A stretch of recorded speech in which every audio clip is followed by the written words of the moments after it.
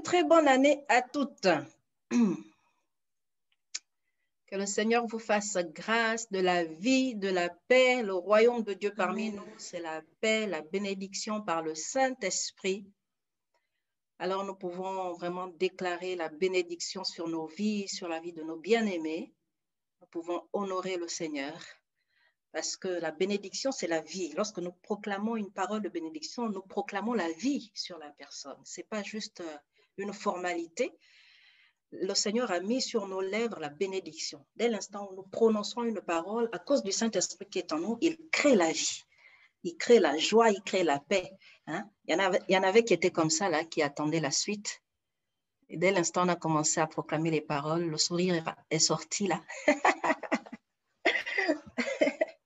C'est la vie de Dieu. La parole de bénédiction procure la vie, la joie, la paix, quel que soit ce que vous avez vécu en 2020 ou quel que soit ce que vous avez vécu déjà en ces quelques jours de 2021, que le Seigneur vous rappelle que la vie de Dieu est en vous par le Saint-Esprit. Encore une fois, je vous souhaite mes vœux les meilleurs. Nous avons fait passer nos vœux à travers la communication à l'Église ou encore par le pasteur principal qui a présenté ses vœux à toute l'Église. J'aimerais vraiment vous dire encore une fois ce soir que le Seigneur a mis un sceau particulier sur vos vies pour cette nouvelle année. Il a relâché une grâce particulière pour cette nouvelle année. Et ce qu'il a préparé d'avance pour vous, vous allez le vivre pleinement au nom de Jésus. Ce qu'il a préparé d'avance pour vous, le plan qu'il a réservé pour vous, vous allez le vivre pleinement au nom de Jésus. Quelles que soient les circonstances, je viens déclarer au nom de Jésus que le Seigneur vous rend les années que les sauterelles ont dévorées. Quand on lit souvent ce texte, quand la Bible parle du fait qu'il va nous rendre les années que les sauterelles ont dévorées, souvent les chrétiens pensent aux bénédictions qu'ils n'ont pas vécues ou quand ils pensent au verset, ils sont focalisés sur ce qu'ils devaient avoir. La Bible ne parle pas de rendre ce que les sauterelles ont dévoré. La Bible dit que le Seigneur va nous rendre les années que les sauterelles ont dévorées. Pas ce que les sauterelles ont dévoré, hein? Mais les années. Ça veut dire que si le printemps 2020, vous l'avez mal vécu, le Seigneur va vous rendre le printemps. Il va vous rendre un nouveau printemps pour que vous puissiez vivre la grâce qui était attachée au printemps 2020. Hein? S'il y a des grâces que vous deviez avoir en été 2020 que vous n'avez pas eu, le Seigneur va vous rendre cet été. Hein? La Bible dit qu'il rend les années, il rend les saisons. Il recalcule la trajectoire et il vous rend les saisons. C'est pourquoi Ézéchias a eu l'audace de dire au Seigneur, rallonge le nombre de mes jours, je n'ai pas envie de mourir, même si tu l'as déjà arrêté dans le ciel. Pourquoi? Parce qu'il était conscient que Dieu était capable de rendre des années. Hein? Il ne demandait pas la guérison, il demandait des années au Seigneur, parce que Dieu pouvait le guérir à l'instant où il était allongé sur son lit et décéder peut-être 1 an, 2 ans plus tard. Mais la Bible dit que le Seigneur lui a donné 15 années. 15 années en plus. Et je viens le déclarer sur vos vies. Le Seigneur vous rend les années, les saisons, les printemps, les étés, les hivers dans lesquels vous n'êtes pas rentrés dans vos grâces. Je déclare au nom de Jésus qu'il vous rend. Il vous rend ces années au nom puissant de Jésus. Pour vous, pour vos enfants, pour les enfants de vos enfants, il vous restitue. Il vous restitue ces années pour que vous puissiez les vivre pleinement au nom de Jésus. Quelqu'un qui m'a dit, mais pasteur, moi je n'arrête pas de travailler, mais je ne vois pas, hein, on nous a parlé des grandes réalisations, je ne vois pas ce que moi j'ai eu comme grande réalisation. Je viens déclarer que le Seigneur te rend l'année des grandes réalisations. Et ce n'est pas juste une année. Hein. Les grandes réalisations, ce n'est pas juste sur une année. Le Seigneur te donne de vivre pleinement les grandes réalisations à partir de maintenant au nom de Jésus. Que notre Dieu soit béni. Que notre Dieu soit glorifié. C'est la première rencontre de l'année. C'est notre premier rendez-vous, notre rendez-vous avec le Seigneur. Et c'est vraiment une joie d'être là ce soir. C'est vraiment une bénédiction, comme le disait le pasteur Joanna au début de cette rencontre. C'est vraiment une grâce. Et je vous encourage vraiment à abonder en action de grâce. L'action de grâce attire la faveur de Dieu. L'action de grâce, comme on l'a vu déjà, ouvre des portes, les portes du surnaturel. L'action de grâce appelle la guérison. L'action de grâce aussi met en mouvement les anges, parce que les anges reconnaissent l'action de grâce. Donc, je vous encourage vraiment à être reconnaissant ce début d'année. Semez pour vos vies, semez pour vos familles et reconnaissez devant le Seigneur que c'est lui qui a fait. Si vous êtes là aujourd'hui, c'est lui qui vous a gardé. Si votre famille est là, c'est lui qui l'a gardé. Reconnaissez le Seigneur en toutes choses et rendez-lui la gloire. Rendez-lui la gloire qu'il mérite, rendez-lui l'action de grâce. L'action de grâce, ce sont des actions qui attirent la grâce. Il faut poser des actions qui attirent la grâce, qui attirent la faveur. Donc, il faut reconnaître Dieu dans tout ce que nous faisons. Ce soir, le Seigneur m'a mis à cœur de parler de la destinée parce que le Seigneur nous a parlé d'une année particulière, d'une décennie dans laquelle nous rentrons. Comme on l'a vu, on ne fait pas, on compte les années à partir de 1. Quand on commence à compter, la logique veut qu'on commence par 1. Et nous sommes rentrés réellement dans la nouvelle décennie. La nouvelle décennie est vraiment en train de démarrer et donc on commence à compter. C'est là que vous allez commencer à compter les grandes réalisations.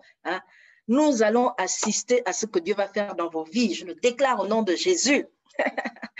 Nous allons assister au bout de la vallée. Nous allons être dans les gradins en train de dire championne, championne. Elle a réussi au nom de Jésus.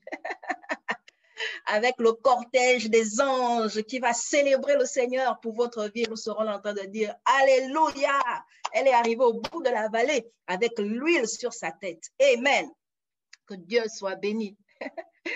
Je suis vraiment excitée à l'idée de vivre cette année. Je vous assure, Dieu m'a montré des choses extraordinaires. Dieu m'a montré des choses même sur les mamies de l'Église qui vont vivre des choses extra. Je vous assure, on va voir des choses qu'on n'a jamais vues. Parce que cette année, on va faire des choses extraordinaires avec Dieu. Et le Seigneur donc m'a mis à cœur de parler de la destinée. Parce que lorsque Dieu nous dit que nous rentrons dans une nouvelle décennie, nous rentrons dans une saison où nous allons expérimenter le surnaturel divin, ça veut dire que Dieu va faire en sorte que notre destinée soit brillante. Ça veut dire que Dieu va faire éclater des choses, Dieu va faire éclater des jougs, mais il va aussi faire éclater notre vie. On va briller, on va être comme cette lampe-là sur la table qui va éclairer la maison, qui va éclairer notre famille, qui va éclairer notre église, qui va éclairer la ville et éclairer la nation. Et donc, le Seigneur m'a mis à cœur de parler de la destinée, de saisir justement la destinée dans ce temps de surnaturel. Il faut saisir les clés pour sa destinée parce qu'on ne peut pas vivre le surnaturel si on ne comprend pas les clés, si on ne comprend pas ce que Dieu veut faire, si on ne comprend pas. Mais comment est-ce qu'il faut faire justement pour expérimenter cette nouvelle chose, s'il faut dire, ou cette nouvelle chose que Dieu met devant nous et parfois les choses qui vont nous surprendre. Comment est-ce qu'il faut faire? On n'est pas toujours obligé d'être surpris de ce que Dieu fait. La Bible nous enseigne que Dieu nous révèle les choses que l'on manifeste. Donc souvent, le Seigneur nous parle d'abord au-dedans de nous, ou il parle à travers quelqu'un avant qu'on ne puisse manifester le projet de Dieu face aux hommes. Et donc, quand on parle d'expérimenter le surnaturel divin, il faut qu'on comprenne les clés qui concernent notre destinée. Parce que quand la Bible parle de surnaturel divin, ça veut dire que dans notre vie, il va opérer des miracles. Il va faire des choses qu'on n'a jamais vues. Il va opérer des choses assez étranges, même parfois, que le diable ne va pas voir arriver. Dieu va fermer les yeux même de vos ennemis parce qu'il va frayer un chemin, un cortège d'anges devant vous pour frayer un chemin là où les chemins étaient fermés, là où les portes étaient fermées. Et la première clé que le Seigneur m'a mise à cœur de vous partager, c'est le fait de s'abandonner au Saint-Esprit pour le laisser prendre le contrôle. S'abandonner au Saint-Esprit. C'est le premier sujet, entre autres, qu'on a présenté au Seigneur ce soir en parlant du Saint-Esprit, qu'il puisse agir dans nos vies, qu'il puisse se manifester. Et c'est la première clé que le Seigneur m'a mis à cœur de vous partager ce soir. Et j'aimerais qu'on lise dans le livre de Marc, Marc au chapitre 8. La Bible parle de la guérison d'un aveugle. Marc au chapitre 8 à partir du verset 22. La Bible dit, ils se rendirent à Bethsaïda et on amena vers Jésus un aveugle qu'on le pria de toucher. Il prit l'aveugle par la main et le conduisit hors du village. Puis il lui mit de la salive sur les yeux, lui imposa les mains et lui demanda s'il voyait quelque chose. Il regarda et dit, « J'aperçois les hommes, mais j'en vois comme des arbres et qui marchent. Jésus lui mit de nouveau les mains sur les yeux. Et quand l'aveugle regarda fixement, il fut guéri et vit tout distinctement. Alors Jésus le renvoya dans sa maison en disant, « N'entre pas au village. » Jésus s'en alla avec ses disciples dans les villages de Césarée de Philippe et il leur posa en chemin cette question. « Qui dit-on que je suis ?» Alléluia. Dans ce texte, lorsque nous lisons ces versets, Jésus opère une guérison comme il a l'habitude de le faire. Il allait de ville en ville, de village en village, et il opérait des miracles. Et là, la Bible dit qu'on lui amène un aveugle et on lui demande de toucher l'aveugle. Les gens étaient habitués à voir Jésus faire des miracles. Et ils avaient vu Jésus toucher des aveugles. Ils avaient vu Jésus toucher des malades. Et là, quand ils viennent au Seigneur avec cet aveugle, ils lui disent comment est-ce qu'il doit faire. Touche l'aveugle. Sauf que Jésus ne touche pas l'aveugle. La Bible dit qu'il l'amène hors de la ville. Il sort de la ville avec l'aveugle, il le prend par la main et il le conduisit hors du village, la Bible dit, puis il lui mit de la salive sur les yeux. Jésus fait quelque chose de bizarre, quelque chose qu'il n'a pas l'habitude de faire. La première chose qui est choquante, c'est qu'il ne va pas dans leur sens. Il ne va pas dans leur sens. Il y a des moments où, quand il a voulu guérir quelqu'un ou délivrer quelqu'un, il lui pose la question, que veux-tu? Il posait souvent la question, que veux-tu que je fasse pour toi? Je pense qu'on l'a lu à plusieurs reprises dans les évangiles. À chaque fois qu'il devait guérir quelqu'un, ou bien, voilà, il posait la question, que veux-tu que je fasse pour toi? Et donc, les gens étaient habitués à dire au Seigneur ce qu'ils voulaient qu'il fasse. Et là, encore une fois, les gens viennent avec un aveugle et ils veulent que Jésus fasse quelque chose. Ils veulent que Jésus fasse comme lui, comme eux ils veulent, comme ils ont l'habitude de voir Jésus faire. Et là, le Seigneur fait autrement. Le Seigneur change sa façon de faire. Il prend l'aveugle, la Bible dit qu'il le prend par la main et il le sort du village. Il l'amène hors du village, il l'amène à l'écart. La première chose que j'aimerais vous dire, c'est que dans cette année, pour expérimenter le surnaturel divin, il faudrait que vous laissiez le Saint-Esprit vous prendre par la main et vous laissez sortir de votre confort, vous amener loin de votre confort, de vos habitudes, ce que vous avez l'habitude de faire. Vous avez l'habitude de fonctionner de cette manière. D'habitude, quand le Seigneur vous exauce, il vous parle souvent de telle manière. Cette année, le Seigneur va vous amener parfois dans des chemins qui sont parfois incertain à vos yeux, mais lui, il sera au contrôle. C'est ça, laisser le Saint-Esprit prendre le contrôle. Jésus, lorsqu'il prend l'aveugle par la main, la Bible dit qu'il l'amène hors du village et il met la salive sur ses yeux. Il impose ensuite les mains et il lui demande s'il voyait quelque chose. Le monsieur dit qu'il ne voit pas grand-chose. Il aperçoit des hommes, mais ils ressemblent à des arbres. Je crois que c'était les bras de ces gens-là qui étaient certainement les branches. Donc, il regarde, il voit des hommes qui ressemblent à des arbres. Jésus se rend compte que non, le type n'est pas vraiment guéri et il amène, il fait un second toucher. La Bible dit qu'il met de nouveau les mains sur les yeux. Et quand l'aveugle regarda fixement, il fut guéri. Et il le vit distinctement. Il vit tout distinctement. Et Jésus, la Bible dit que Jésus le renvoya dans sa maison en disant, n'entre pas au village. J'aimerais vous dire que cette année, il y a des connexions que le Seigneur va peut-être couper. Il y a des relations que le Seigneur va vous demander d'abandonner parfois, pour certaines, parce qu'il faudra que le Saint-Esprit prenne le contrôle de certaines de vos relations.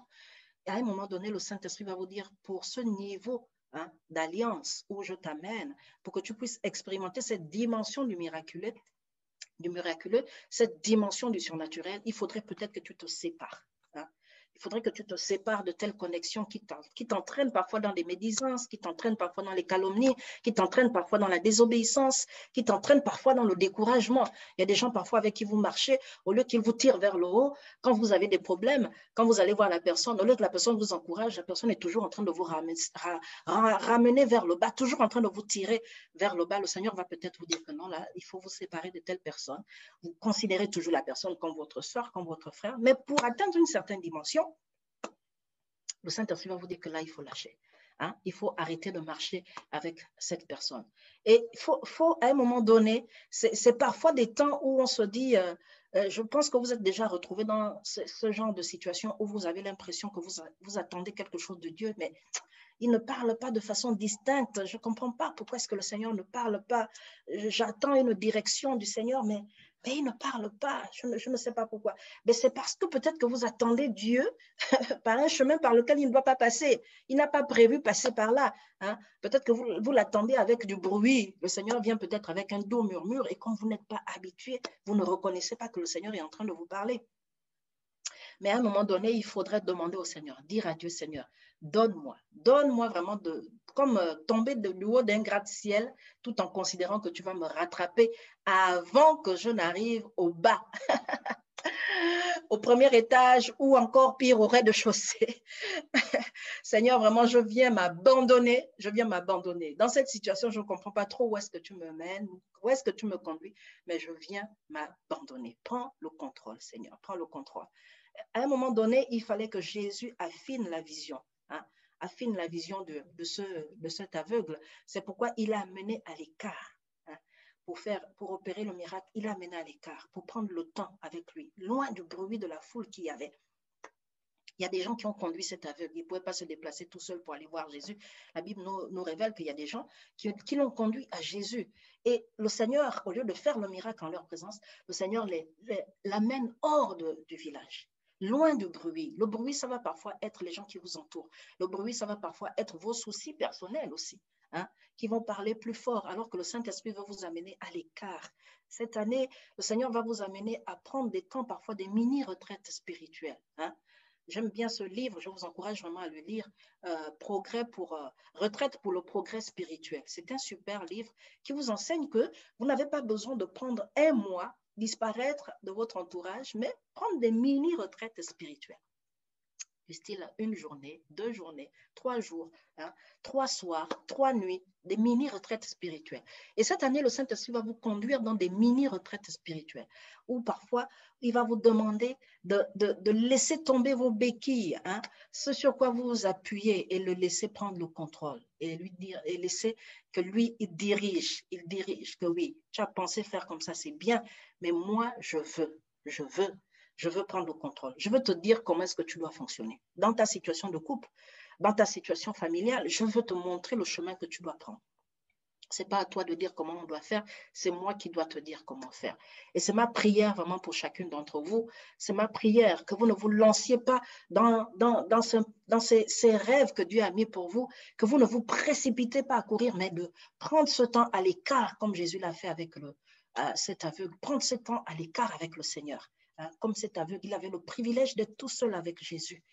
Et le Seigneur lui dit, ne repars pas. Va dans ta maison, mais ne repasse pas par le village. Le village, c'était aussi le symbole de ce qui représentait son passé. Hein. Jésus lui dit, ne repasse pas par le village. Ne repars pas dans le village, mais va directement dans ta maison. Le village, c'est peut-être le symbole des habitudes, hein, votre confort.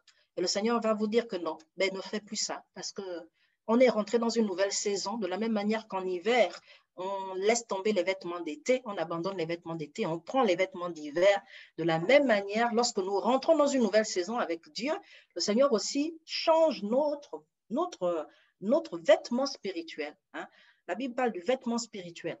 Le Seigneur change notre vêtement spirituel. Le Seigneur nous donne de revêtir un nouveau manteau pour la saison dans laquelle nous rentrons. C'est pourquoi c'est important de prendre le temps, hein, de penser le rêve de Dieu au-dedans de vous. Quel que soit le rêve de Dieu par rapport au travail, par rapport à la famille, par rapport aux enfants, par rapport au mariage, quel que soit le rêve de Dieu pour votre vie, c'est important de prendre du temps à l'écart, dans la présence de Dieu, de mûrir ce rêve, de le construire. Parce que dès l'instant où vous allez vous lever pour maintenant glorifier le nom du Seigneur, il ne faudrait pas que vous vous arrêtiez en chemin, ou il ne faudrait pas qu'en chemin vous vous disiez que bon, j'ai déjà fait tel truc, qu'est-ce que je dois faire par la suite? Non, parce que le Seigneur vous aura montré dans ce temps que vous auriez mis à part, hein, avec lui, le Seigneur vous aura montré la voie à suivre, comme la Bible dit dans le psaume 32, au verset 8, je te montrerai la voie à suivre, j'aurai le regard sur toi. Hein. La Bible dit dans ce texte, je te conseillerai. J'aurai le regard sur toi, je te montrerai la voie à suivre.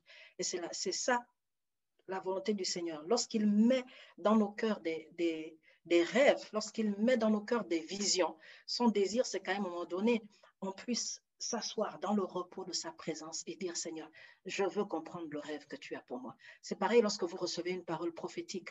Lorsque Dieu parle, lorsque Dieu parle sur vos vies, il faudrait que vous preniez cette parole et que vous vous asseyez à un moment donné et que vous passiez du temps. Vous passiez du temps dans la présence du Seigneur pour pouvoir recevoir les instructions, recevoir la direction, recevoir les orientations et demander à Dieu le chemin que vous devez emprunter. Demander à Dieu les connexions que vous devez avoir dans ces moments. Demandez à Dieu avec qui vous allez marcher dans cette saison, hein, qui vous donne de vivre, d'emprunter.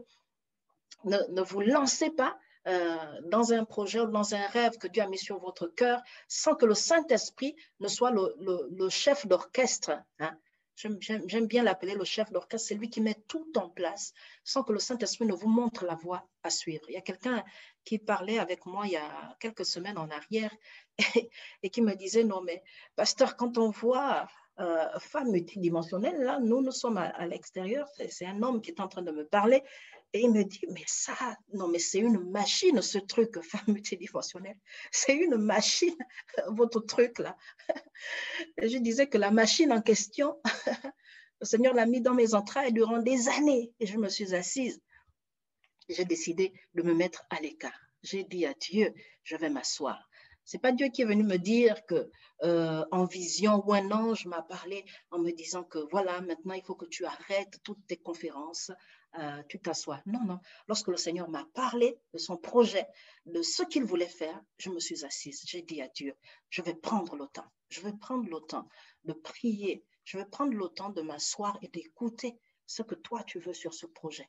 Je veux prendre le temps de me construire, me préparer pour ce projet, pour affronter justement les défis que je vais rencontrer dans ce projet. Pour que lorsque je vais me retrouver dans des situations où ça va être peut-être compliqué, que je me souvienne de ce que tu m'aurais dit là, dans ces temps où je me mets à part. Ce qui fait qu'aujourd'hui, lorsque je vois ce que Dieu est en train de faire dans femme multidimensionnelle, je peux vraiment voir la grâce de Dieu, que ce soit par rapport aux femmes qui sont dans notre assemblée ou par rapport aux femmes qui sont à l'extérieur de notre assemblée. Je vois comment Dieu est en train de pousser ces femmes. Je vois comment la grâce de Dieu coule sur leur vie et je peux que bénir le Seigneur.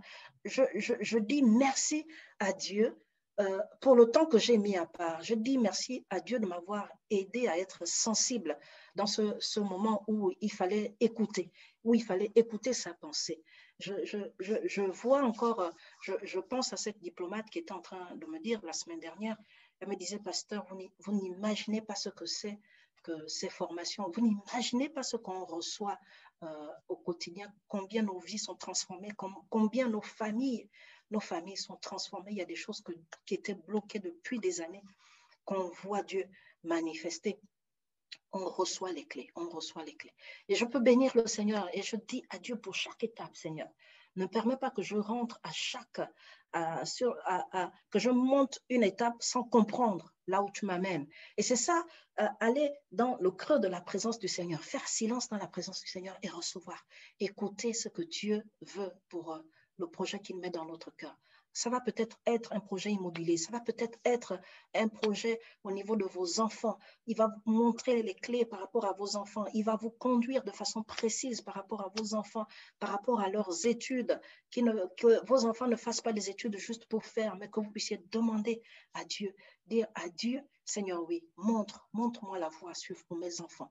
Je ne veux pas qu'ils fassent ce que moi je souhaite, mais vraiment, Saint-Esprit, je m'abandonne à toi. Je veux prendre le risque de m'abandonner à toi et d'écouter ta voix, d'écouter ce que toi tu attends, ce que toi tu veux. C'est parfois difficile parce qu'on est parfois perdu.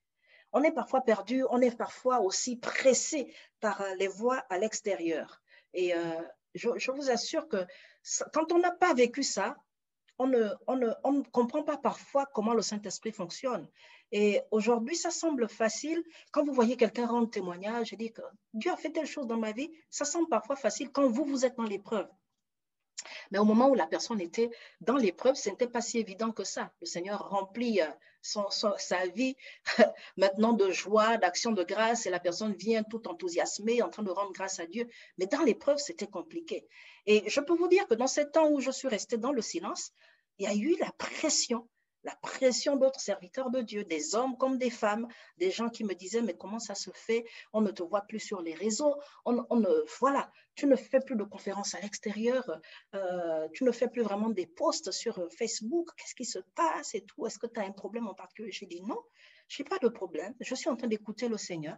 J'ai pris un temps de retraite qui met des années, peut-être, mais j'ai pris ce temps pour m'asseoir, pour comprendre le projet de Dieu, pour avoir les clés, pour recevoir les clés. Et une des clés que le Saint-Esprit avait mises sur mon cœur, c'était de me mettre à l'écart, d'écouter le Seigneur et de dire à Dieu, montre-moi la voie sûre.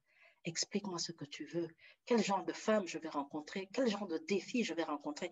Lorsque Jésus se retirait tôt le matin pour prier, il chassait les démons déjà dans la prière. Dans les temps d'intercession le matin, la Bible dit dans Marc 1 au verset 35 que très tôt le matin, il se retirait. C'était sa coutume. Très tôt le matin, il se mettait à l'écart et il priait. Et quand il sortait, il disait à ses disciples, voilà, allons-y dans tel village parce que c'est là-bas que le Seigneur nous envoie. Pourquoi? Parce que pendant qu'il était en train de prier, le Seigneur était en train de lui donner son agenda de la journée. Et quand il sortait de là, mais quand il allait dans les villages et les villes, etc., quand il parlait aux esprits, les esprits ne lui résistaient pas, comme dit la Bible. Les esprits étaient soumis parce que dans la présence de Dieu, il avait déjà pris autorité. Il avait déjà commandé au matin, comme la Bible dit dans Job. Il avait déjà parlé, donné des directives à la journée. Il soumettait déjà les esprits à son autorité. Il parlait déjà aux esprits et leur disait que vous, là, esprit de maladie, esprit de cécité, esprit d'épilepsie, il chassait déjà ces démons parce que le Seigneur montrait, il ouvrait ses yeux, il montrait à Jésus à quel esprit il allait être confronté. Et dans ces temps, comme je disais, vous êtes parfois dans l'incertitude et vous dites, waouh, comment je vais faire? C'est dans ces moments où vous devez vous exercer davantage à faire confiance au Saint-Esprit. Dire au Saint-Esprit, Seigneur, je veux te faire confiance. Au-delà de la pression extérieure, je veux te faire confiance. Au-delà de tout ce qui se passe à l'extérieur, dans ces temps-là, il y a une servante de Dieu qui m'avait contactée, qui me disait vraiment, il y a un programme au niveau de l'Église, j'aimerais vraiment que tu participes, vraiment on a besoin de ton ministère dans ce programme-là. Et c'était vraiment une pression parce que c'est quelqu'un que j'aime beaucoup. Et dire oui à la personne, ça semblait simple. Mais au-dedans de moi, à ce moment-là, ce n'était pas si simple que ça parce que je voulais être seule dans la présence de Dieu. Et à chaque fois, je priais, je disais au Seigneur, ne permets pas que je cède à la pression. Ne permets pas que je cède à la pression des voix extérieures. Des voix extérieures. Vous savez, quand David a remporté la victoire face à Goliath, la Bible dit que les femmes se sont mises à chanter. Oh là là, David a chassé 10 000. Qu'est-ce que Saül a fait d'extraordinaire? David, lui, l'a fait, voilà, il a tué l'ennemi du peuple d'Israël, parce que ce n'était pas l'ennemi simplement de David, hein, c'était l'ennemi du peuple d'Israël, c'était l'ennemi de Dieu qui l'a tué, David. Et donc, quand il repart vers les siens, là, voilà, tout le monde est content et tout. Et les femmes, la Bible dit que les femmes se sont mises à chanter. Oh là là, David a fait quelque chose d'extraordinaire. Et quand vous vous levez pour faire quelque chose, il y a ce que moi j'appelle les voix des femmes. Hein. Ce sont ces voix qui parlent autour de vous. Oh, mais ce que tu as fait, c'est bien. Oh là là, c'est bien ce que tu as fait là, c'est vraiment extraordinaire. Ça y est, tu as tué 10 000 ennemis. Mais vraiment, non, il faut que tu continues à le faire, c'est bien. Mais sauf que vous ne vous rendez pas compte sur le champ. C'est bien sur le champ parce qu'il y a comme une autosatisfaction. C'est bien parce que vous avez la pression de ces gens autour qui vous disent que waouh, c'est extraordinaire ce que tu as fait. C'est super ce que tu as fait. J'ai senti l'onction de Dieu. Ouh, mes yeux se sont ouverts. Voilà, voilà, Dieu m'a montré ce que je vais faire. Non, mais il faut que tu continues vraiment. On a besoin de toi, on a besoin de toi. La pression de ces personnes, quoique en train de vous dire que ce que vous avez fait extraordinaire, c'est beau ce que vous avez fait, les gens ont même été touchés. Cette pression, quand même, vous le réalisez bien plus tard, que c'est quelque chose de ponctuel. Parce que l'Esprit de Dieu est en vous, c'est important que vous compreniez que parce que le Saint-Esprit est en vous, tout ce que vous faites fait du bien. Ça, c'est normal. Ça, c'est le minimum chez un chrétien parce que la vie de Dieu est en vous. Tout ce que vous faites fait du bien. Mais ce n'est pas forcément que c'est la volonté parfaite de Dieu. À un moment donné, Saül a dit à David que non. moi, je suis exercé à la guerre. Il faudrait que tu mettes les vêtements de guerrier et tout. David a mis les vêtements de Saül, les vêtements qui, normalement, devaient lui accorder la victoire, devaient le pousser. Tout garantissait que l'armure de Saül allait le protéger. À un moment donné, David a refusé. Il a dit non, moi je refuse, moi je refuse. Et c'est pareil quand il a entendu le chant des femmes. À un moment donné, il a dû se dire non, non, non. C'est Saül qui est le roi.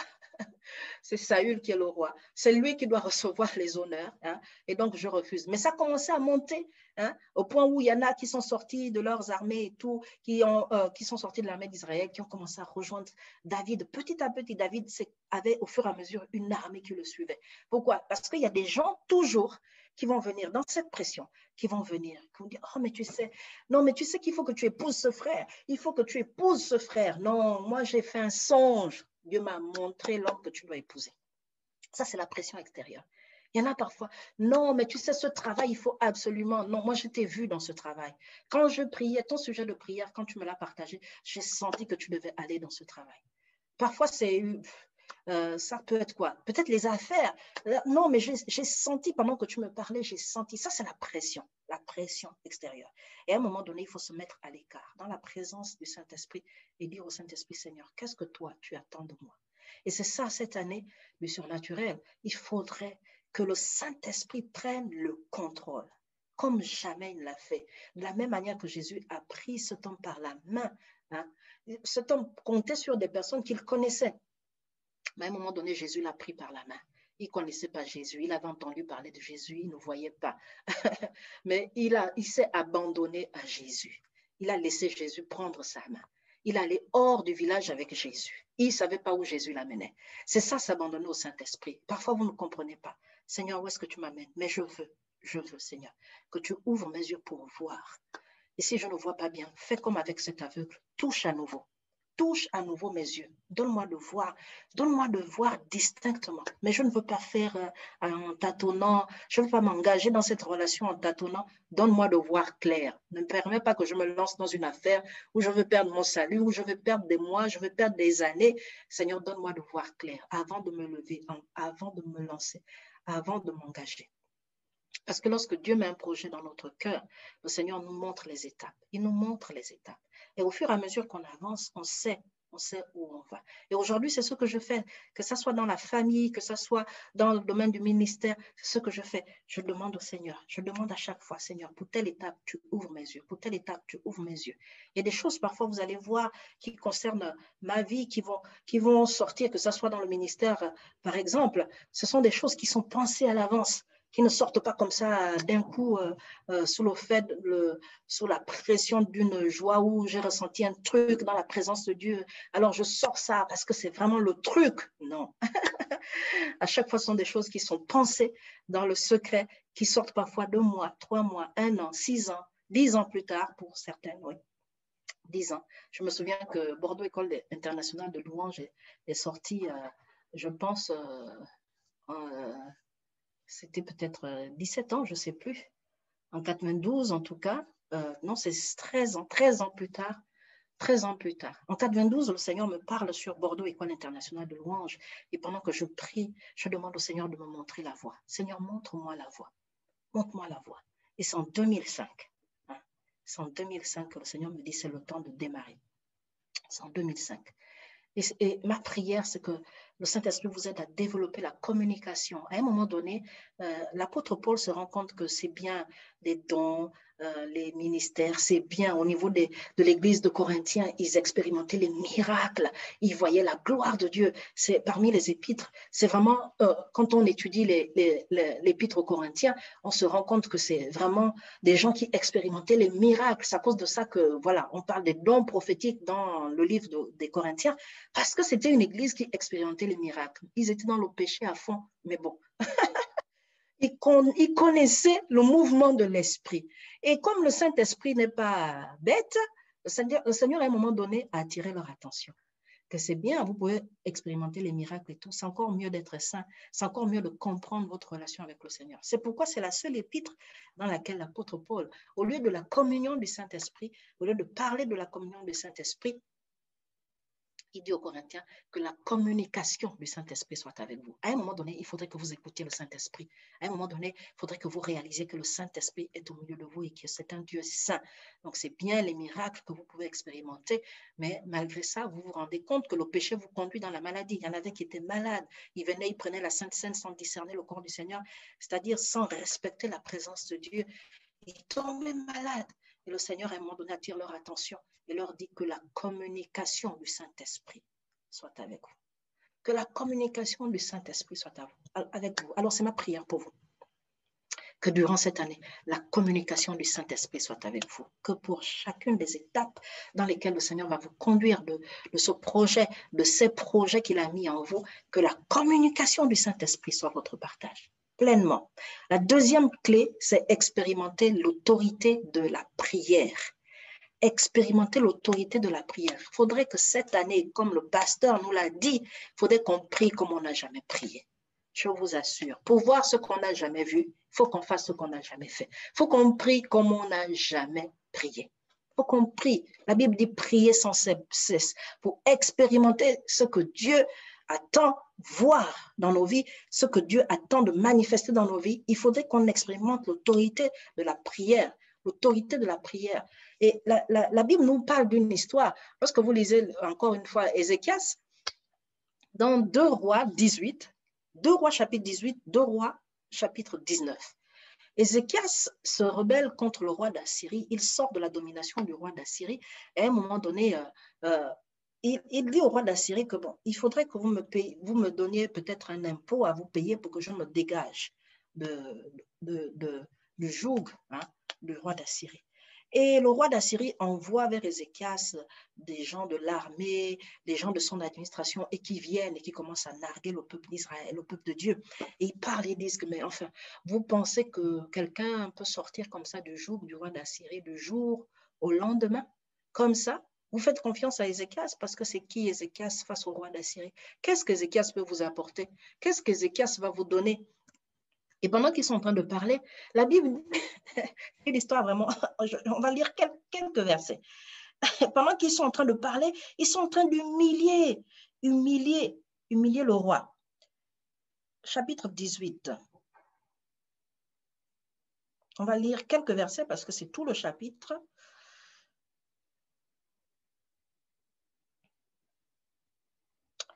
On va lire à partir du verset 11.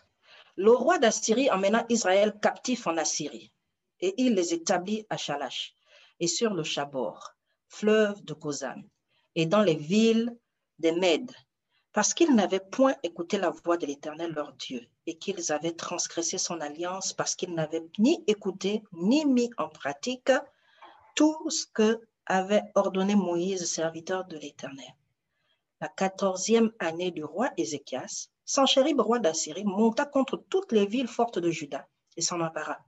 Ézéchias, roi de Juda, envoya dire au roi d'Assyrie à Lachis, « J'ai commis une faute, éloigne-toi de moi. Ce que tu m'imposeras, je le supporterai. » Et le roi d'Assyrie imposa à Ézéchias, roi de Juda, 300 talents d'argent et 30 talents d'or. Ézéchias donna tout l'argent qui se trouvait dans la maison de l'Éternel et dans les trésors de la maison du roi. Ce fut alors qu'Ézéchias, roi de Juda, enleva pour les livrer au roi d'Assyrie les lames d'or dont il avait couvert les paroles et les linteaux du temple de l'Éternel. Le roi d'Assyrie envoya de Lachis à Jérusalem vers le roi d'Ézéchias, Tartan, Rabsaris et Rabshakeh avec une puissante armée. Ils montèrent et ils arrivèrent à Jérusalem. Lorsqu'ils furent montés et arrivés, ils s'arrêtèrent à l'aqueduc de l'étang supérieur sur le chemin du champ du Foulon. Ils appelèrent le roi et Eliakim, fils de Ékija, chef de la maison du roi, se rendit auprès d'eux avec Shebna, le secrétaire, et Joach, fils d'Azaph, l'archiviste. Rabshakeh leur dit, « Dites à Ézéchias, ainsi parle le grand roi, le roi d'Assyrie. Quelle est cette confiance sur laquelle tu t'appuies? Tu as dit, il faut pour la guerre de la prudence et de la force, mais ce ne sont que des paroles en l'air. En qui donc as-tu placé ta confiance pour t'être révolté contre moi? Voici, tu l'as placé dans l'Égypte. Tu as pris pour soutien ce roseau cassé qui pénètre et perce la main de quiconque s'appuie dessus. Tel est Pharaon, roi d'Égypte, pour tous ceux qui se confient en lui. Peut-être me direz-vous, c'est en l'Éternel notre Dieu que nous confions. Mais n'est-ce pas lui dont Ézéchias a fait disparaître les hauts lieux et les autels, en disant à Juda et à Jérusalem, vous vous prosternerez devant cet autel à Jérusalem? Maintenant, fais une convention avec mon maître, le roi d'Assyrie, et je te donnerai 2000 chevaux si tu peux fournir des cavaliers pour les monter. Comment repousserais-tu un seul chef d'entre les moindres serviteurs de ton maître? Tu mets ta confiance dans l'Égypte pour les chars et pour les cavaliers. D'ailleurs, est-ce sans la volonté de l'Éternel que je suis monté contre ce lieu pour le détruire? L'Éternel m'a dit, monte contre ce pays et détruis-le. Eliakim, fils de Hilkija, Shebna et Joach, dirent à Rabshakeh, parle à tes serviteurs en araméen, car nous le comprenons, et ne nous parle pas en langue judaïque aux oreilles du peuple qui est sur la muraille. Rabshakeh leur répondit, est-ce à ton maître et à toi que mon maître m'a envoyé dire ces paroles? N'est-ce pas à ces hommes assis sur la muraille pour manger leurs excréments et pour boire leur urine avec vous?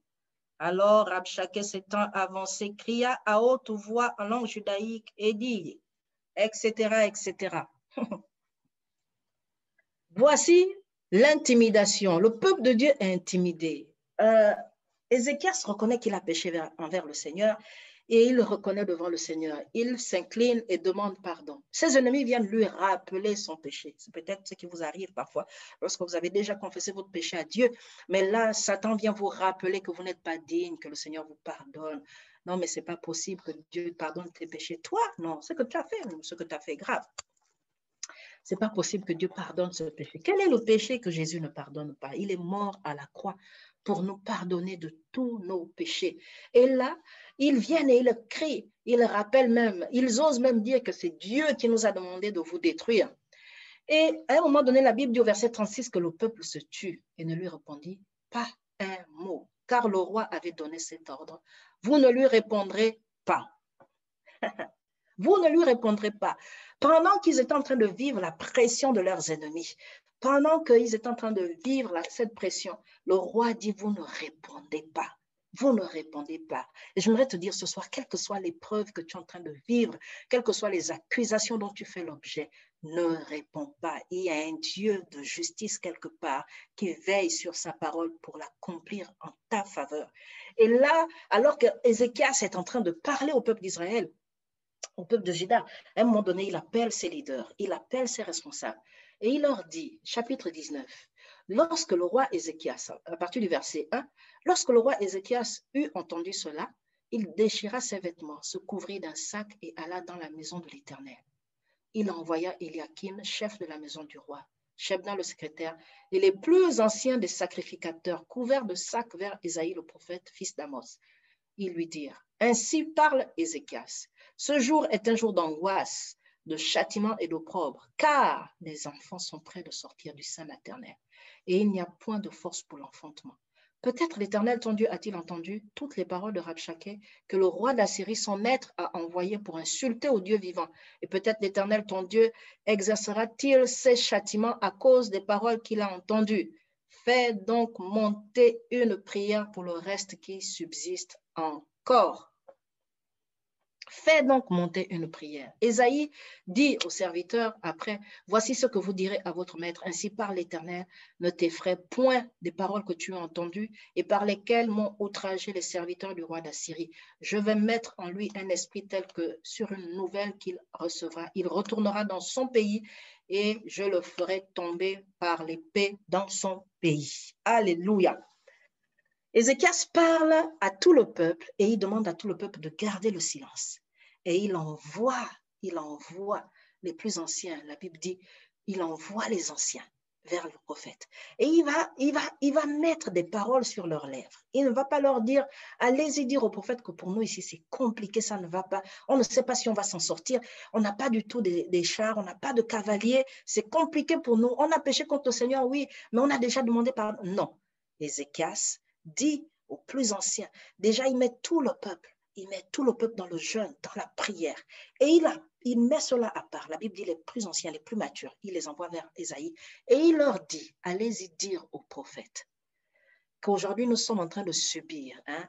Nous sommes dans l'opprobre, nous sommes dans la honte. Mais c'est parce que les enfants sont prêts de sortir du sein maternel.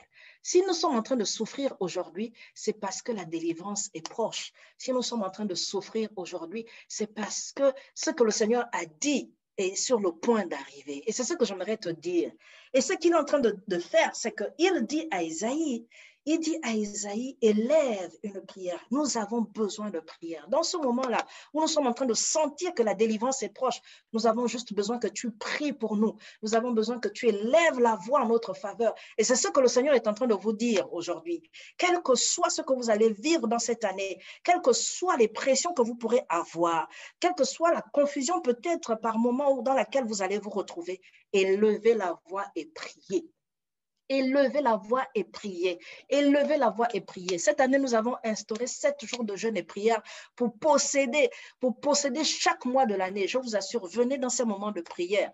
Venez dans ces moments de prière pour prendre possession du mois parce que nous devons vivre des choses extraordinaires. Nous devons prier comme jamais nous n'avons prié. Nous devons prier pour expérimenter des choses surnaturelles. Il dit à Isaïe que si nous sommes en souffrance, c'est parce que nous sommes en train de sentir que la délivrance est aux portes. Il a discerné. Pourquoi? Parce qu'il s'est mis dans une attitude de prière. Il a fait taire le peuple. Il a refusé que le peuple élève des voix de confusion ou se mette à prier. Oh là là, qu'est-ce qu'on va devenir? Dans quoi est-ce que Ézéchias nous a conduits? Non. Il a dit au peuple, vous fermez la bouche. Personne ne parle, personne ne répond. Quel que soit ce qu'ils vont dire, que personne ne réponde. Surtout qu'eux, ils ont tout fait pour que le peuple comprenne bien la langue. Hein? Les chefs d'Israël de Juda viennent vers eux et disent, écoute, tout le peuple comprend la langue judaïque. Ne parlez pas dans cette langue parce que nous, il ne faut pas qu'ils comprennent. Les gars disent jamais, on va en finir avec vous aujourd'hui, on va vous faire honte jusqu'au bout. Et la Bible dit qu'il se retourne et il parle encore plus fort. Plus fort. Il y a des moments comme ça, quand vous êtes dans l'épreuve, vous avez l'impression que le diable frappe encore plus fort. Et vous vous dites, non, mais franchement, la seule adresse qu'il maîtrise dans la ville, c'est la mienne ou quoi. C'est bon maintenant. Et vous avez l'impression que ça ne finit plus, ça ne s'arrête plus. Mais c'est parce que la délivrance est à la porte. C'est parce que la guérison est à la porte. C'est parce que les enfants sont prêts de sortir du sein maternel. Hein? C'est parce que la femme stérile est sur le point de changer de statut. Alléluia. C'est parce que l'étudiante est en train de trouver bientôt cette bourse pour financer ses études. Alléluia. C'est parce que les enfants qui sont dans la délinquance, le Seigneur est en train de ramener leur cœur. Les temps sont en train de changer dans le ciel. Il y a un mouvement dans le ciel. Et c'est pourquoi le Seigneur, à travers Ézéchias, dit à son peuple, ne soyez pas dans la crainte. Fermez la bouche. Restez concentrés. Restez concentrés dans le jeûne et la prière. Restez concentrés. La Bible dit qu'il porte le sac et la cendre. Hein? Il s'humilie devant le Seigneur. Restez concentrés. Quel que soit ce qui se passe autour, restez concentrés. Hein? Gardez le focus. Gardez le focus. Dieu t'a dit que c'est dans 2 ans, tu entends la pression autour de toi. Reste concentré. Garde le focus. Il y en a qui viennent te dire, non, mais c'est quand que ta bénédiction arrive. Garde le focus. Reste concentré. Hein? Ne fais pas comme le serviteur d'Élysée, là. Comment il s'appelle encore l'artiste, là? Comment il s'appelait? Mettez-moi sur le chat si vous vous souvenez avant moi. Oh là là, j'ai mangé son nom. Géhazi. Géhazi. Ah, Géhazi. Ça, c'est vraiment une histoire dans la parole de Dieu. Hein? Quand vous avez affaire à quelqu'un qui parle trop, il faut prendre l'histoire de Géhazi, là. Quand l'homme de Dieu lui donne son bâton pour aller faire le miracle, il lui dit, quand tu vas partir là, ne parle à personne. Mais son cas était tellement grave qu'il lui dit, même si les gens te disent bonjour, ne réponds même pas. Ne réponds même pas, non. Toi-même, tu ne parles à personne, tu ne salues personne, mais même si quelqu'un te salue, ne réponds pas. Parce qu'il savait que s'il ouvrait la bouche, il allait gâter l'affaire. Il allait gâter l'affaire. Et c'est comme ça, parfois, vous avez l'impression que les gens crient autour de vous, les gens vous mettent la pression. Parfois, c'est dans la famille. Mais c'est quand que tu te maries? Hein? Ou c'est quand que tu vas avoir le 2e enfant, il arrive quand? Le 3e enfant, il arrive quand? Comme c'est toi qui fabriques les enfants. C'est quand qu'il arrive? Hein? Mais c'est quand que tu termines tes études? Hein? Quelle que soit cette pression, gardez le focus et multipliez les prières. Appelez à l'existence les choses qui ne sont pas comme si elles existaient. Priez pour expérimenter l'autorité. Il y a une autorité dans la prière, je vous assure. Surtout quand nous prions en langue, il y a une autorité.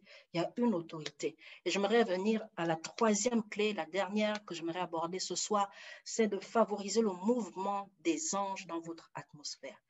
Faites en sorte que votre atmosphère soit favorable au mouvement des anges. Faites en sorte que votre espace soit favorable au mouvement des anges. Et quand je parle de votre atmosphère, ce n'est pas juste votre maison, c'est en fait vous, votre personne, votre présence, ce que vous transportez. Faites en sorte que les anges de Dieu prennent plaisir à la présence de Dieu à travers vous, c'est-à-dire votre hygiène spirituelle. Prenez davantage du temps dans la présence de Dieu. Prenez davantage du temps dans l'adoration.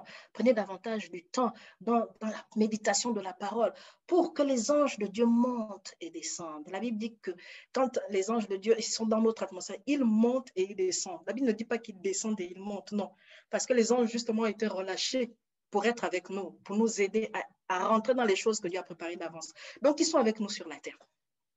C'est quand ça devient compliqué, hein, quand on se retrouve dans des situations hyper compliquées, comme Daniel, par exemple, là, le Seigneur envoie le chef de l'armée pour venir à notre secours. Il y a des situations parfois où vous priez, vous vous rendez compte que vous priez, Dieu exauce, voilà, tout va bien, gloire à Dieu. Mais quand vous vous retrouvez dans une situation où vous avez l'impression que c'est compliqué pour rentrer dans la grâce, pour rentrer dans la bénédiction que Dieu a prévue pour vous, là, ça devient un combat spirituel. Ce n'est plus une épreuve, ça devient vraiment un combat spirituel. Et là, vous devez vous positionner. Et donc, vous devez rendre le pays habitable. Vous devez rendre votre atmosphère favorable au mouvement des anges. Parce que les anges de Dieu viennent pour nous apporter le conseil. Les anges de Dieu viennent pour nous donner aussi la voie à suivre. La Bible dit dans Job que les anges, il y a des anges qui sont intercesseurs et ces anges intercesseurs montrent, la Bible dit qu'ils montrent à l'homme la voie qu'il doit suivre. Ce sont ces anges-là qui viennent et parfois vous êtes en train de prier, vous entendez parfois Dieu vous parler, ce n'est pas parfois Dieu lui-même qui descend de son trône et qui vous parle, non, c'est parfois un ange qui vous parle, qui vous montre la voie que vous devez suivre parce que le Seigneur l'a mandaté pour lui parler. Il y a des moments comme ça où, pour rentrer dans le projet de Dieu, il faudrait que l'atmosphère soit favorable pour que les anges trouvent le passage. Ils trouvent le passage pour arriver à vous. On voit l'histoire de Samson. Lorsque Samson vient au monde, le Seigneur envoie d'abord un ange pour parler à sa maman. Avant que Jésus ne vienne, c'est pareil. Dieu envoie un ange. On voit avec l'histoire de Samson que le Seigneur vient, le Seigneur parle à la maman de Samson et explique le comportement qu'elle doit avoir, l'attitude qu'elle doit adopter dans cette saison où elle doit s'attendre au miracle. La Bible dit qu'elle était stérile. Et cet ange, quand il vient, il lui parle, il dit, tu es stérile. Il sait qu'elle est stérile. Et donc, il lui explique comment favoriser le miracle, comment faire en sorte que sa prière soit exaucée. Et donc, ces anges viennent pour pouvoir justement manifester la gloire de Dieu dans nos vies. Donc, il faudrait qu'on favorise le mouvement des anges.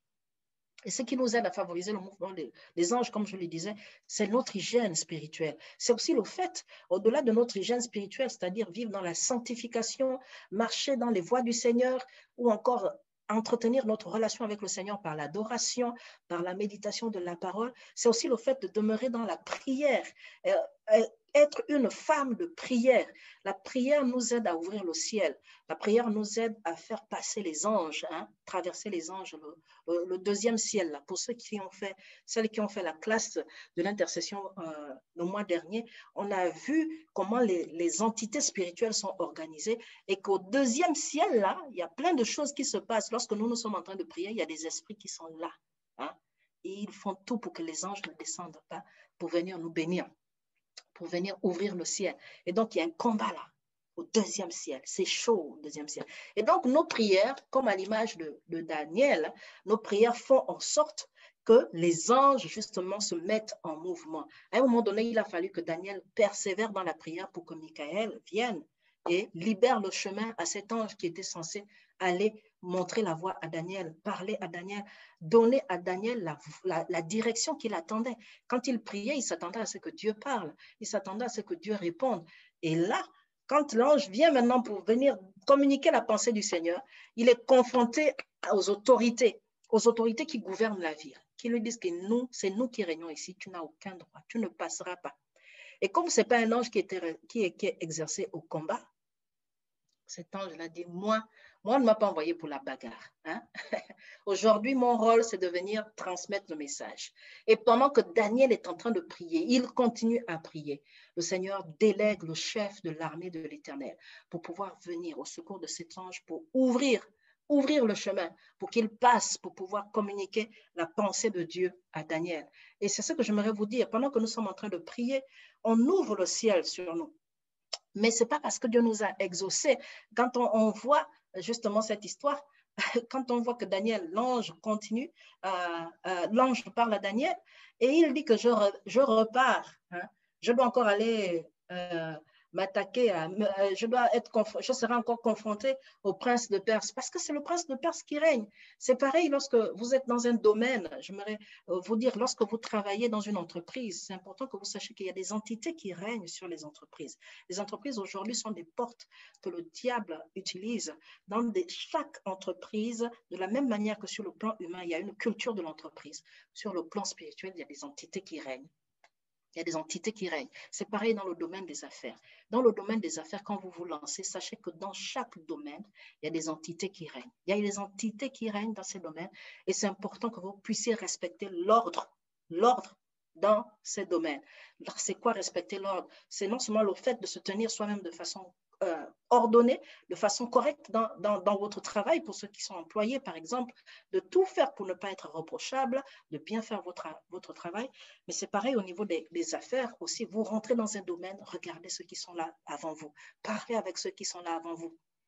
Discuter avec ces personnes parce que ceux qui sont avant vous connaissent les combats de ce domaine, connaissent le combat de cette sphère, mais connaissent aussi les anges que Dieu a envoyés dans cette sphère d'influence et ils vont vous aider à faire plus vite, ils vont vous aider à gagner du temps.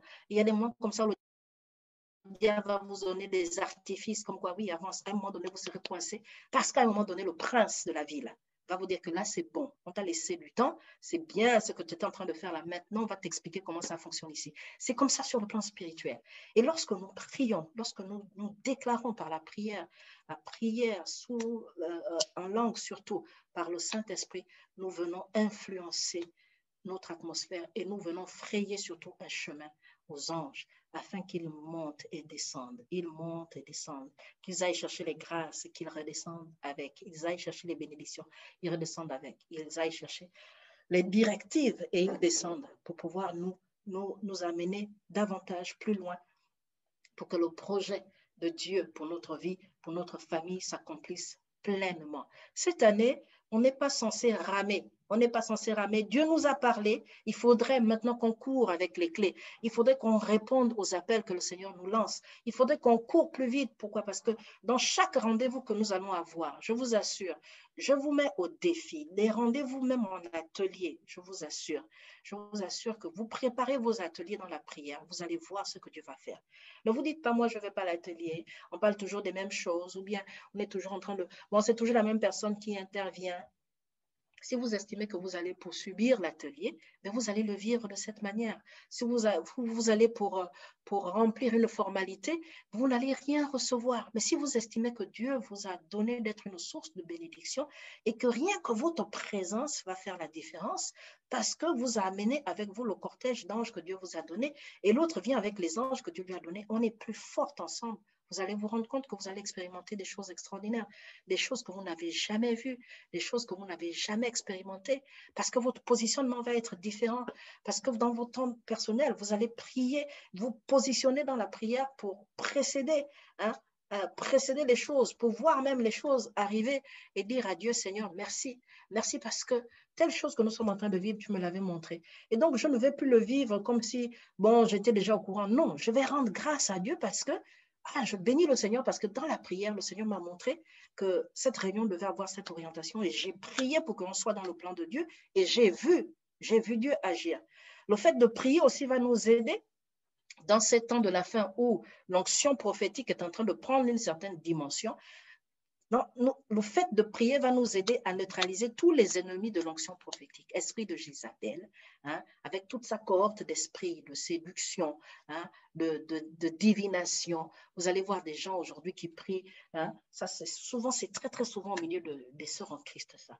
Le Seigneur m'a dit telle parole, le Seigneur m'a révélé telle chose, et la personne vous parle tellement avec du miel sur les lèvres que vous êtes convaincu que c'est Dieu qui vous a parlé, alors que c'est un esprit de divination qui est en train de parler. Et quand vous n'avez pas de discernement, vous buvez ces paroles et vous croyez que c'est Dieu qui est en train de vous parler, alors que c'est un esprit de divination.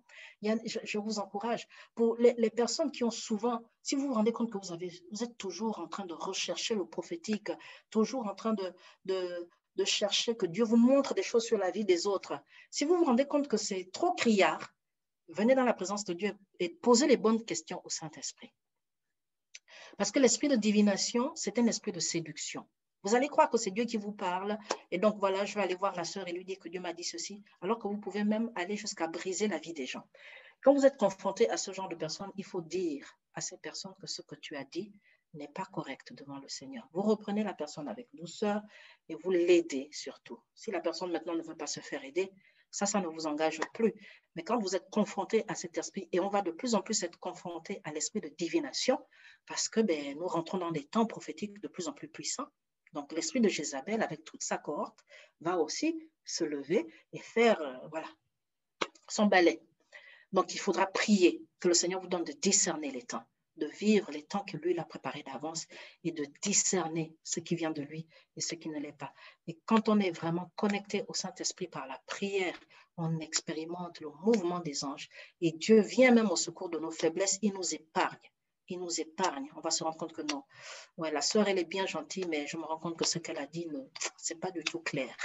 À mon niveau, je ne sens pas le truc. Donc, au-delà de sa gentillesse, je vais lui dire gentiment aussi que, voilà, sœur, je reçois ce que tu me dis, mais dans mon cœur, ça sonne faux. Donc, je ne me retrouve pas dans ce que tu as dit. Il ne faut pas avoir peur de dire ça aux gens. Souvent, les gens ont peur de répondre, non, mais je vais blesser la sœur et tout. Sauf que c'est vous qui allez souffrir dans le coin, mais encore plus, vous n'allez pas aider la sœur. Il y a des femmes qui sont vraiment sous le coup de l'esprit de divination. Et ce soir-là, je suis en train de le dire, ça bouillonne dans les cœurs. Là. Si vous sentez de l'animosité pendant que je suis en train de parler, vous vous rendez compte que je vous énerve un peu là. C'est l'esprit de divination. C'est l'esprit de divination qui ne veut pas entendre ce que je suis en train de dire. Parce que je le sens là. Pendant que je suis en train de parler, je le sens. Je le sens dans mes entrailles là. Je le sens venir contre moi. Esprit de Jézabel. C'est l'esprit de Jézabel. Si vous vous rendez compte que ce que je suis en train de dire vous énerve, hein, vous n'avez plus envie d'écouter là, c'est l'esprit de Jézabel. Mais cette année, le Seigneur va vous libérer de cet esprit au nom de Jésus. Vous aimez tellement Jésus que le Seigneur va vous libérer de cet esprit. Alors je prie vraiment que la grâce du Seigneur soit répandue, qu'elle soit libérée sur vous, que les choses qui ont été difficiles jusqu'à présent, vraiment par la puissance du Saint-Esprit, le Saint-Esprit vienne vraiment relâcher sa grâce dans cette saison dans laquelle nous rentrons, que le Saint-Esprit vienne relâcher sa grâce. Même là où il y avait des moments où c'était compliqué même pour obéir à une instruction de Dieu, que le Saint-Esprit vous donne d'être obéissante pour que vous puissiez manger les meilleures productions du pays, que le Saint-Esprit vous donne de vivre avec douceur, de recevoir avec douceur la parole de Dieu. Nous allons prier et vraiment recommander ensemble en tant que femmes. En tant que femmes, cette année, nous l'avons fait le 31 décembre. Nous avons rendu grâce à Dieu le premier culte de dimanche, mais là, c'est notre première réunion. Nous allons vraiment parler sur notre année. Nous allons déclarer des choses. Nous allons prophétiser sur notre année et dire à Dieu, Seigneur, nous voulons vivre l'extraordinaire divin. Nous voulons vivre le surnaturel qui vient d'en haut. Nous voulons expérimenter des choses qu'on n'a jamais expérimentées. Alors, donne-nous des clés, Seigneur. Donne-nous de comprendre les mécanismes. Donne-nous de comprendre les clés. Donne-nous le discernement. Donne-nous, Seigneur, de voir ce que tu vois. Si nous ne voyons pas bien, Saint-Esprit, touche. Hein? S'il faut un troisième toucher, Saint-Esprit, touche. Touche encore une fois, Seigneur. Mais donne-nous de voir ce que toi tu vois. Alors, prions ensemble un moment avant de terminer. Merci Seigneur pour toutes les œuvres bonnes que tu as préparées d'avance pour nous, pour cette année. Merci parce que tu nous donnes de vivre, Seigneur, ces œuvres, chacune, Seigneur, au nom de Jésus. Merci parce que tu rends les années, Seigneur, oh Dieu, les saisons que les sauterelles ont dévorées. Dans le nom de Jésus de Nazareth, je viens déclarer ta grâce. Je déclare ta grâce sur chacune de tes filles ce soir. Je déclare ta grâce, Seigneur, oh Dieu, sur leur famille. Je déclare ta grâce sur leur travail, sur leurs projets. Seigneur, je déclare ta grâce sur leurs entreprises dans le nom de Jésus. Je déclare ta grâce sur leurs entrailles, Seigneur, dans le nom de Jésus-Christ de Nazareth. Merci pour la puissance du Saint-Esprit, Seigneur, qui va nous donner d'expérimenter ce que nous n'avons jamais expérimenté. Père, merci pour les miracles. Merci aussi parce que tu vas nous donner de te connaître comme nous ne t'avons jamais connu, Seigneur. Merci parce que tu vas nous donner aussi de nous sanctifier comme nous ne nous sommes jamais sanctifiés. Que ton nom soit béni, Seigneur, oh Dieu. Que ton nom soit glorifié pour ce que tu vas faire. Que ton nom soit élevé, Seigneur, pour tout ce que tu vas opérer. Que ton nom soit glorifié, Seigneur. Toute âme de guerre forgée contre chacune de leurs vies, Seigneur, est nulle et sans effet dans le nom de Jésus de Nazareth. Que ton huile coule, Seigneur, dans chaque cœur ce soir pour penser les blessures, Seigneur, qui ne sont pas guéries. Dans le nom de Jésus, Seigneur, fais tomber un nouveau manteau, Seigneur, un nouveau revêtement pour cette nouvelle saison, Seigneur. Parce que nous avons changé de saison, Seigneur, oh Dieu, donne-nous de changer, Seigneur, de vêtements, donne-nous de recevoir, Seigneur, oh Dieu, le revêtement que tu as préparé pour nous pour cette saison. Que ton nom soit béni, Père très saint. Je bénis cette année pour chacune d'entre elles, Seigneur. Je bénis, Seigneur, cette année dans tout ce qu'elles entreprennent au nom de Jésus-Christ de Nazareth. Que la gloire te revienne, Seigneur, oh Dieu, pour ces temps. Que ton nom soit glorifié pour ce que tu opères ce soir. Seigneur, qui va porter du fruit, Seigneur, Seigneur, par centaines, par milliers, dans le nom de Jésus de Nazareth. Nous nous attendons à toi, Seigneur, oh Dieu. Merci pour ta gloire qui va éclater dans chaque vie, Seigneur. Sois béni, Père très saint. Sois glorifié pour tes œuvres qui vont être manifestes alors que tu nous fais connaître tes voies, Seigneur, ce soir. Que toute la gloire te revienne, Père. Dans le nom de Jésus, nous avons prié. Amen. Amen. Amen, amen, amen, amen. Alléluia, alléluia. Oui, nous pouvons acclamer le Seigneur pour sa présence, pour la vie qu'il nous communique ce soir, pour la grâce qu'il nous communique ce soir. Que son nom soit béni, que son nom soit glorifié, que son nom soit élevé, que Dieu soit béni.